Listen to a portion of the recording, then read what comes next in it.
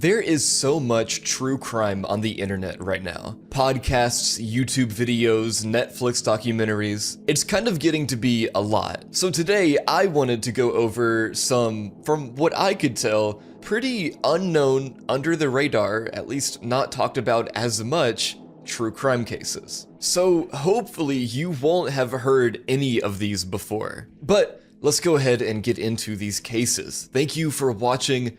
Please subscribe if you want more videos like this. Instagram, Discord in the description. Let's get into this. In July 2015, a 2-year-old boy named Dior Littleman Coons Jr.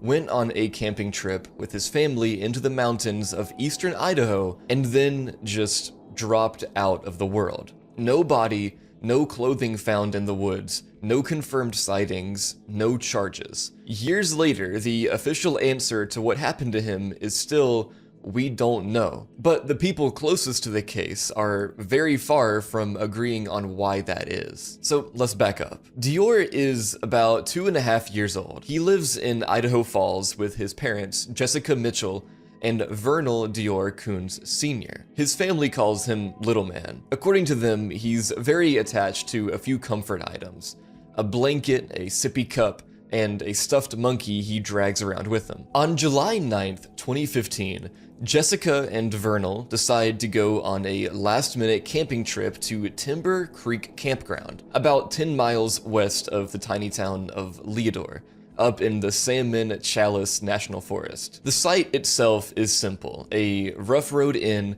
a creek running by the campground, heavy trees and brush, and steep terrain rising on both sides. It's remote, but it's not endless wilderness. Later, searchers will describe it as a relatively small, boxed-in area. There are 4 adults on the trip: Dior's parents, Jessica's grandfather, Robert Bob Walton, and Bob's friend, Isaac Reinwand. 2 vehicles drive up in convoy. They arrive near dark. Reinwand sleeps in a tent. Bob sleeps in his camper. Jessica and Vernal say they sleep with Dior in the back of Bob's Chevy Blazer. The next morning, Friday, July 10th, everyone wakes up at Timber Creek. Reinwand later recalls seeing Dior that morning, quote, clomping around the campsite in cowboy boots that were too big for him, and keep that detail in mind. Later that morning, or around midday, the parents say they put Dior in the truck and drive down into Leodore to the Stage Stop Junction store,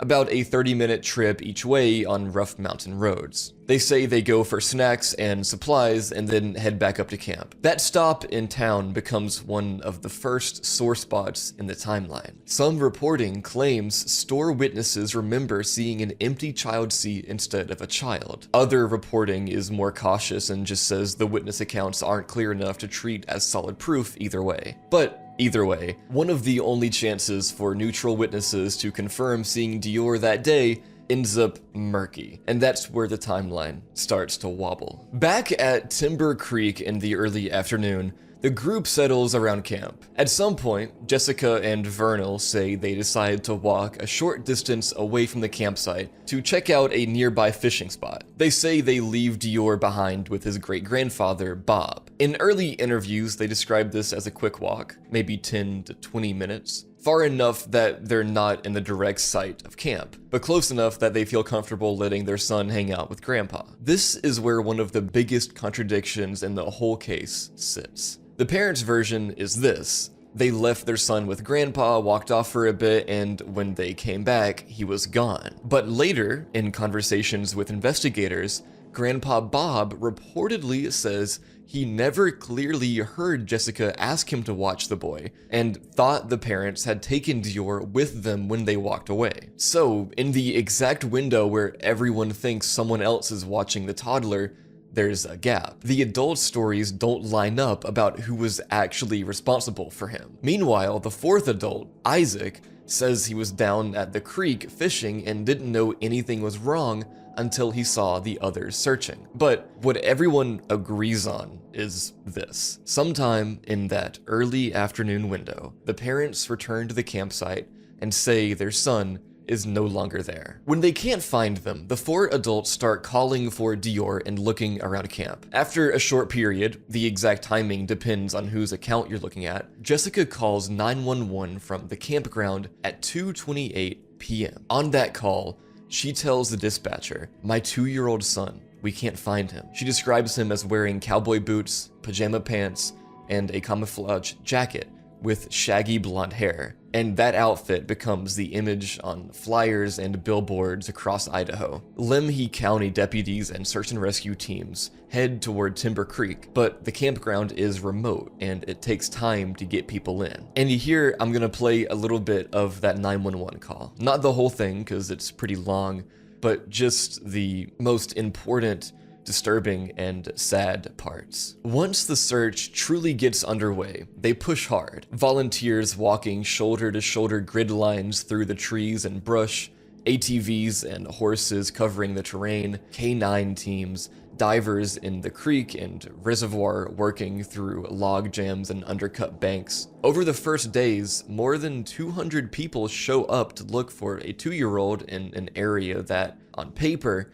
is not very big. They don't find anything. No clothes, no boots, no diaper, no blood, no confirmed tracks, no remains. Even his blanket and stuffed monkey are reportedly still at the campsite, which stands out if he had simply wandered off, because his parents say he rarely liked to leave those behind. At first, law enforcement doesn't go public accusing anyone of foul play. The sheriff at the time, Lynn Bowerman, tells the media that they haven't ruled anything out, but that in those early days, they don't specifically suspect the family of hurting their child. The main possibilities being floated are that he wandered off and succumbed to the terrain or the creek, that he was taken by a wild animal, or that he was abducted by a stranger, which is truly sad. The parents lean hard into the abduction idea in interviews, making emotional appeals to whoever has their son to bring him home. As days turn into months and nothing shows up on the mountain, the tone changes. The search area has been worked over repeatedly.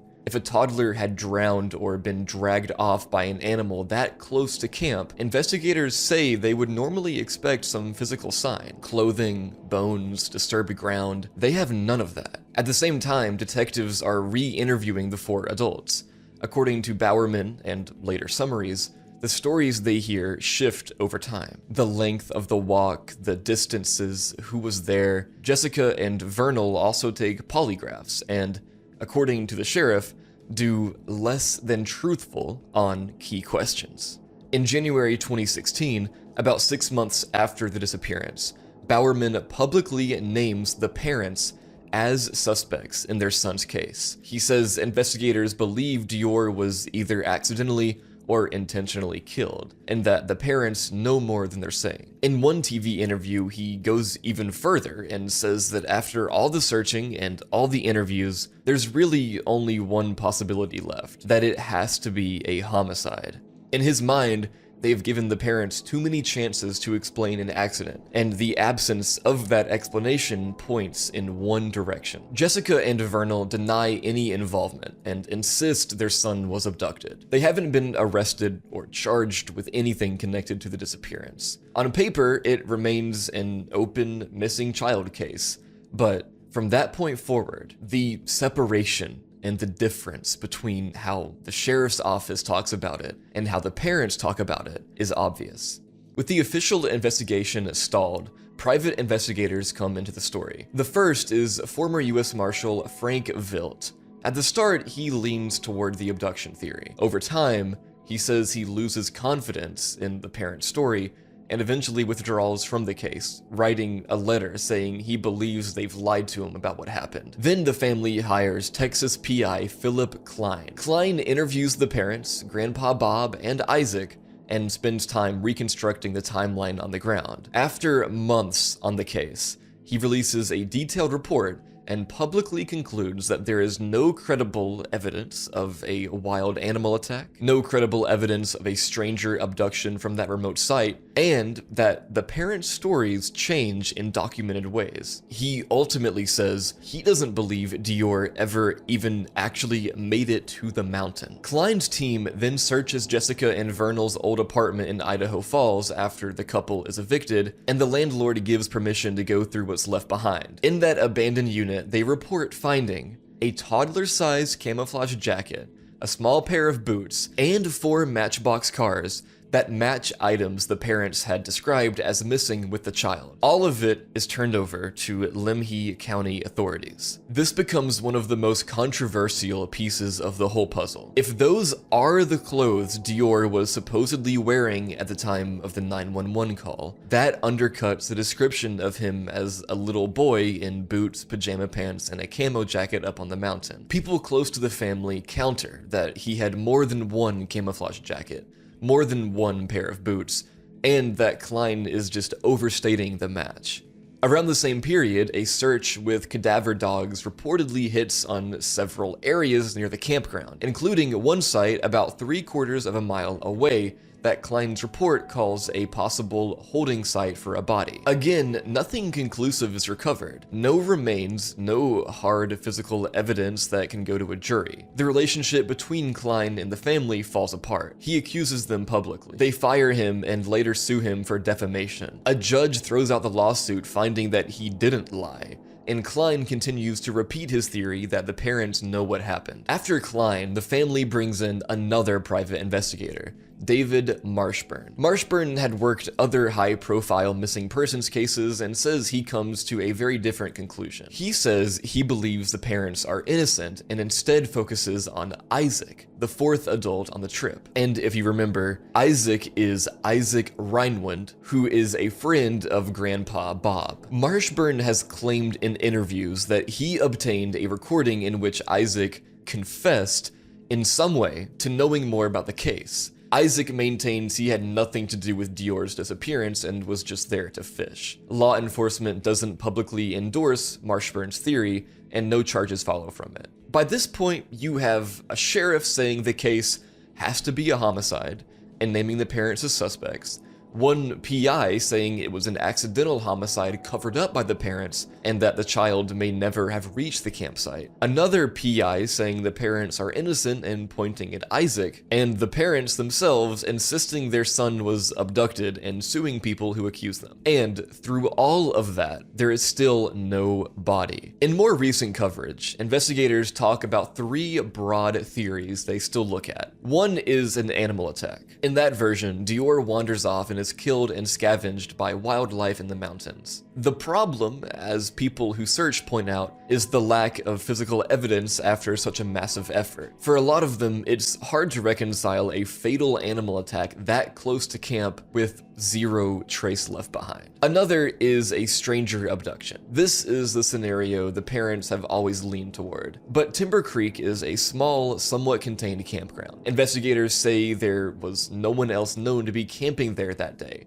no other vehicles regularly coming and going, and no witnesses who saw a stranger near the boy. The idea that someone quietly approached, grabbed a toddler in cowboy boots, and disappeared down a rough mountain road without anyone hearing or seeing anything is a stretch for many people who have stood on that ground. The third theory is foul play by someone in the group. That sits behind Bowerman's homicide comments, Klein's accidental homicide conclusion, and a lot of online speculation. The idea is that something happened either on the way up, at the campground, or earlier, and that parts of the camping trip narrative were constructed afterward to cover it. The main support for that theory is circumstantial, such as inconsistent stories, failed or inconclusive polygraphs, the clothing and toys Klein's team says they found in the apartment, and the sheer thoroughness of the searches compared to the total lack of physical trace on the mountain. None of these 3 theories has ever led to an arrest. Officially, it remains an unsolved missing child case. The fallout has been heavy. The parents have lived under a cloud of suspicion for almost a decade. They've been the target of harassment and constant accusations online. In 2024, their attorney files a new defamation lawsuit against a woman running a Justice for Baby Dior volunteer page, arguing that years of public attacks pushed Vernal into suicidal thoughts. Private citizens have dissected the case in Facebook groups, Reddit threads, and some YouTube videos, going over so many details, like the store shop, the boots, the jacket in the apartment, the cadaver dog hits, and the feud between investigators. But on the official side, the basics haven't changed. Age-progressed images show what Dior might have looked like as a preschooler. If he somehow survived, he'd be in middle school now. Investigators say they still follow up on tips and remain open to new information. But after all this time, there's still no confirmed trace of Dior Koons Jr. on that mountain or anywhere else. When I first went looking into the name Adil Esten Patton, I honestly expected to find a full article or two, maybe an old TV segment, something. Instead, I found almost nothing, just a handful of references, mostly the same paragraph copied around, and a man's entire murder basically reduced to a line on a cold case page. What we do know is very simple, and that's part of what makes it so unsettling. Adil Patton was 81 years old. He lived at 24376 Corinth Road, a rural address near Thompsonville in Williamson County, Illinois. On Tuesday, December 27th, 2005, at about 10:15 in the morning, he was found dead inside that home. The autopsy later confirmed he died from a stab wound, not a fall and not natural causes. He was murdered. According to the one contemporaneous article that's been preserved and reposted, also I hope I pronounced that word right, the Williamson County Sheriff's Department quickly went public asking for help. Then Sheriff Tom Cundiff released a photo of Patton and asked anyone who had seen him or his vehicle, a 1991 white Chevrolet Geo, in Saline, Williamson, or Franklin counties on December 26th, the day before he was found, to contact investigators. The way Cundiff phrased it is very old school detective. He talks about how people often think what they saw didn't matter, but that one casual, "I saw him at such and such place" detail could be the missing piece in a homicide investigation. From there, almost everything else we have comes from a single Web Sleuths post by someone local who clearly cared about him. They say Patton was tortured and murdered in his home, and that the house had been ransacked, as if whoever was there was searching for something specific. That description, torture, ransacked home, is not spelled out in the brief newspaper summary, but it is consistent with how people in the area remembered the crime. The same poster mentions a word-of-mouth story that a local man used Patton's credit card after the murder, but even they flag that as rumor, not something confirmed in print. What struck me is how quiet everything goes after that. There's no follow-up coverage you'd expect for an elderly man stabbed to death in his own home. No person of interest questioned, no family begs for answers piece a year later, just silence. The cold case pages and Facebook posts years down the line repeat the same core facts. He was discovered in his home on Corinth Road, he died from a stab wound, the sheriff's office is still looking for information about his movements and his car on December 26th, and the case remains unsolved. So when I say that I researched the murder of Adil Esten Patton, what I really mean is that I kept running into the limits of what the public is allowed to see. On paper, it's an 81-year-old widower in a tiny rural community stabbed to death in what looks like a targeted attack, possibly with his house torn apart by someone looking for something, and then nearly 2 decades of official silence. No arrests, no public suspect, just an open invitation from the sheriff's department hanging in the air. If you saw him or that white Geo on December 26, 2005, they still want to hear from you. When I started digging into the Caitlin Akins case, what jumped out at me was how sadly ordinary the whole thing is and the setup is. This is a 19-year-old, which by the way is my age, who has her life mapped out. She's living in Lake Havasu City, Arizona with her fiance Amber, getting ready to start cosmetology school, and she flies back to Virginia for a quick family visit and to meet her brand new nephew. It's a trip that was supposed to be very normal and routine. A few days with family, pick up her high school diploma from her mom's house because the school in Arizona needs it, and then back to her normal life on December 5th in time for classes to start on the 7th. Caitlin spends that visit in Spotsylvania County with her mom, Lisa Sullivan, and her little sister. She's excited, she's talking about school, and by all accounts, she's not acting like someone who is about to run away or disappear. She doesn't have a history of vanishing on people. She's close with her family, she texts them constantly, and she's got real plans in Arizona. The only logistical wrinkle is that Lisa has to work on the morning of Caitlin's flight and can't drive her to the airport herself. So she asks her ex-husband, Caitlin's former stepfather, James Branton, to take her instead. He lives in Partlow in rural Spotsylvania County, and everyone's on decent enough terms that this doesn't set off any alarm bells at the time. On the morning of December 5th, 2015,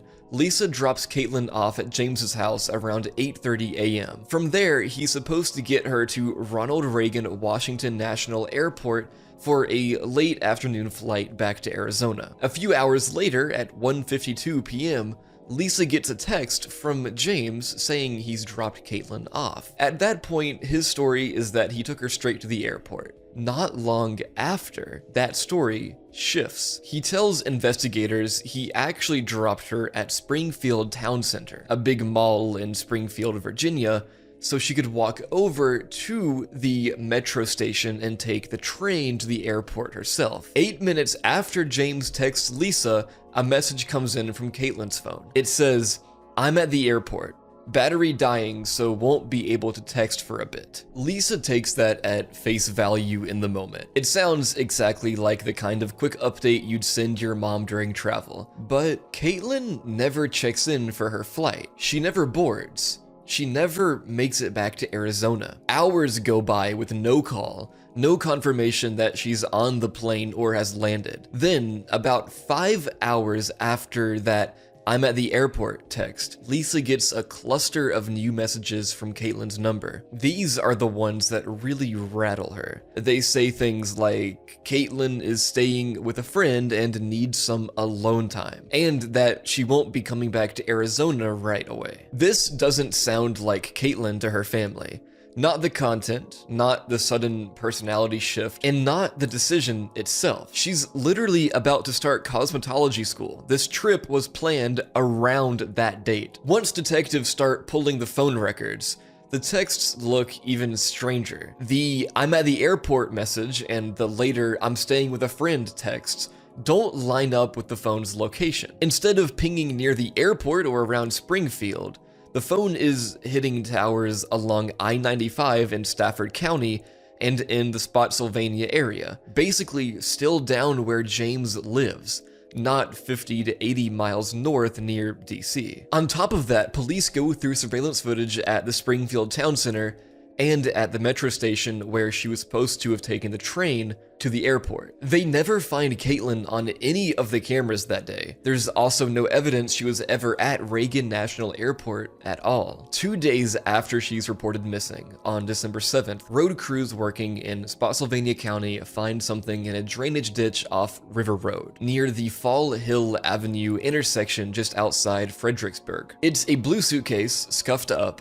one wheel missing, like it's tumbled down the embankment. Inside is Caitlin's wallet with her Arizona ID, her cash, her debit and credit cards, her glasses, her phone charger, all the stuff you'd expect her to have if she was traveling. What's mostly missing are her clothes and her high school diploma, the exact document she'd flown to Virginia to pick up for school. The spot where the suitcase is found is a few miles from James Branton's home in Partlow, and nowhere near the route up to Springfield, the metro, or the airport. From there, the case basically splits into two tracks: what the evidence is saying and what James is saying. Officially, Caitlin is listed as missing from Springfield and classified as an endangered missing person. But both the FBI and the Spotsylvania County Sheriff's Office have said in pretty clear language that the last confirmed place she was seen alive was at James's home on Oak Crest Drive in Partlow. Investigators have also said they were able to prove he never actually dropped her off at the mall the way he claimed. There's also what happens once the investigation starts to focus on him. Early on, James talks to police, but that doesn't last. According to multiple reports summarized in places like the Charlie Project and local coverage, he eventually refuses to let them search his place. He declines a polygraph and he stops cooperating altogether. He has not been arrested or charged with anything related to Caitlin's disappearance, and law enforcement hasn't publicly named him as a suspect, but they've gone so far as to put a billboard about Caitlin's case on his commute route and to partner with the FBI to keep attention on it, which says a lot about where they think answers might lie. On the other side of this, you have Caitlin's life that just stops. There's no activity on her bank accounts, no social media, nothing that looks like a 19-year-old quietly starting over somewhere. Her fiance in Arizona has talked in interviews about how out of character this would be. They had just moved in together the year before, were planning their future, and Caitlin was excited for school. Her family has pushed coverage for years. Facebook pages, local searches, episodes of podcasts, anniversary articles, even some billboards. But the case is still officially unsolved. So when I look at this case as a whole, what I see is a really tight timeline with only a few verified points. We know Caitlin flies into Virginia to see her family and to pick up her diploma. We know Lisa drops her at James Branton's house the morning of December 5th. We know she never gets on her flight, that those texts from her phone don't match where the phone actually is, and that her suitcase, with basically everything she'd need to live her life, ends up tossed in a ditch back near home 2 days later. The last confirmed sighting of her is at James's house. Everything after that is either a story he told that doesn't match the evidence, or messages from a phone that, according to the records, never actually took her where she was supposed to go. Now, there is another thing I want to read from this. It is a first primary account. It's from Reddit, r/cold cases, and it's a Reddit post from someone who apparently knew of her, but I'll let it speak for itself. I'm gonna read it right now. So shout out to u/helpkate_. I feel so bad for this whole situation. People really care, but here, I'll read. And I hope that my video can bring a little bit more awareness to this case. I mean, at least just a little bit. I hope, if it helps at all, I will be extremely happy. Caitlin Akins disappeared 2015. Small town corruption. I want to bring attention to a missing person case that went cold way too fast.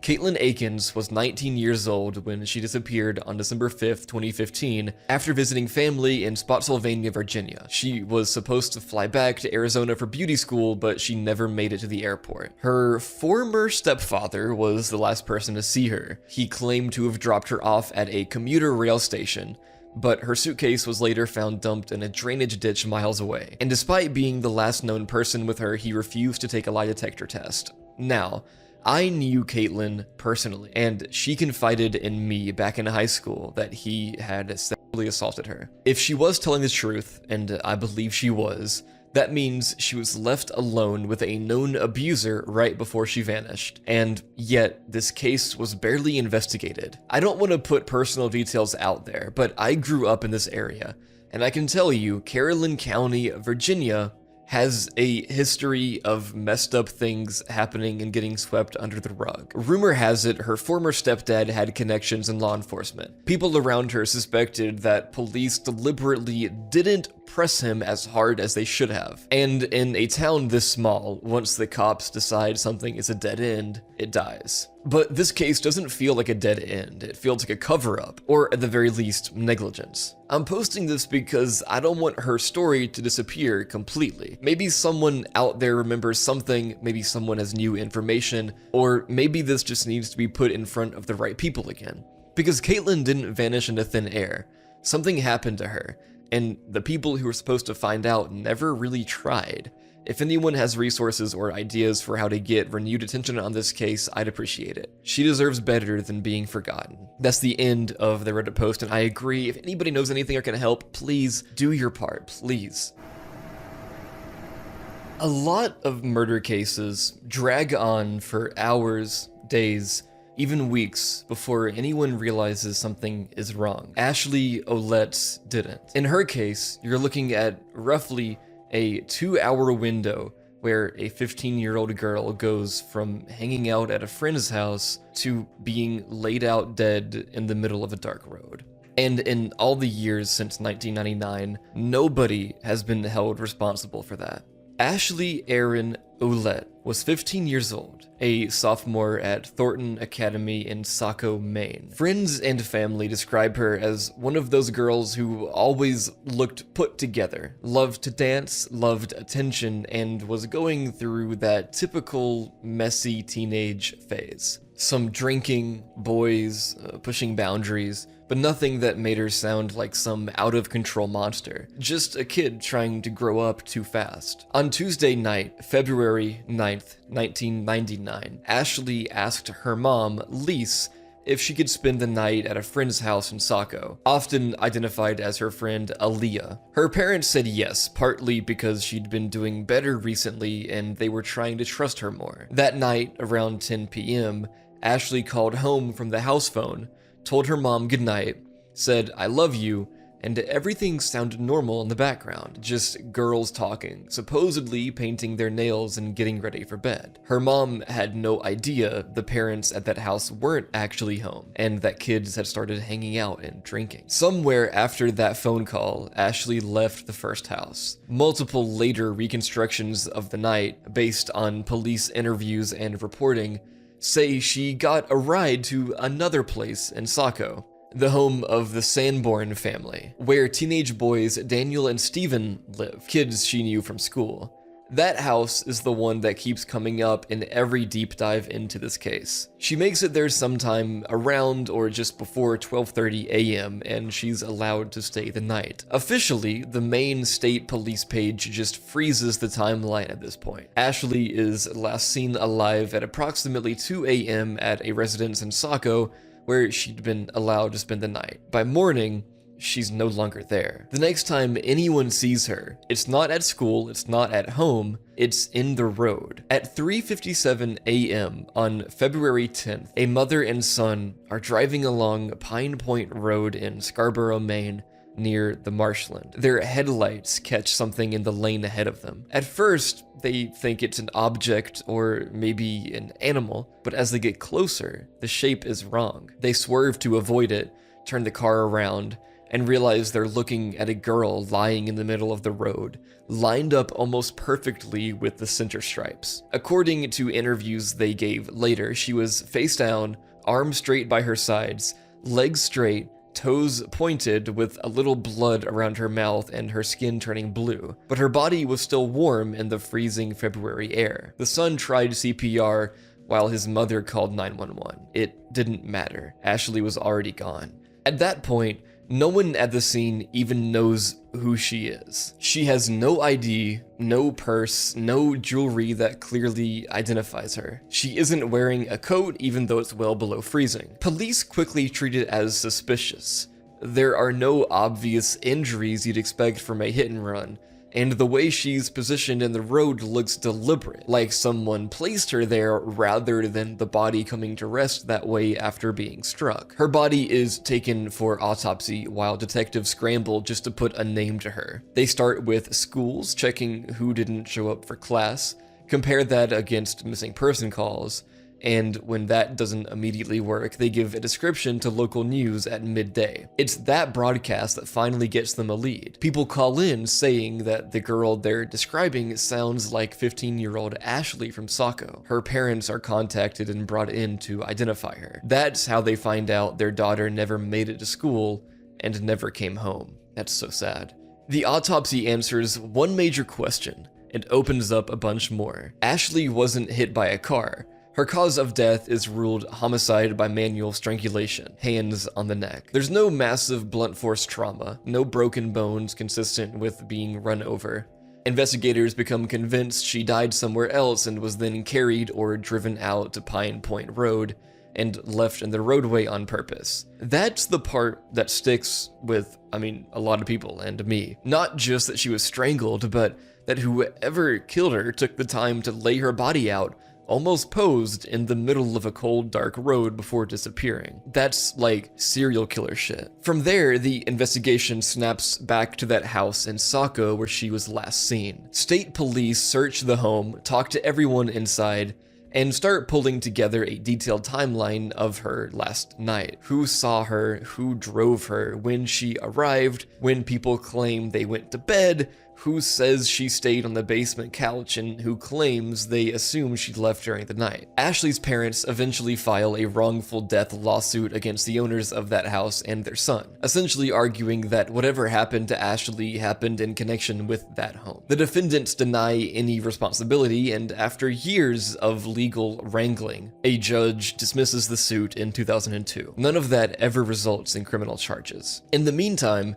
detectives do what you'd expect in a high-profile teen murder case. They interview hundreds of people, friends, classmates, party kids, adults in that circle, and they seize and test physical evidence from the last known location. Over the years, different articles and podcasts have talked about search warrants, items collected, and possible links to other cases, like the disappearance of Angel Tony Torres a month later. But officially, Maine State Police keep it pretty tight. Publicly, they've said the case is still open and active, that they've identified persons of interest, and in later coverage, they've even acknowledged that they believe they know what happened, but don't yet have enough evidence to bring a case that would stick in court. Today, Ashley's murder is one of the cases highlighted by Maine's Unsolved Homicide Unit. Her family has kept her name out there for decades. I watched one interview from her uncle Dennis,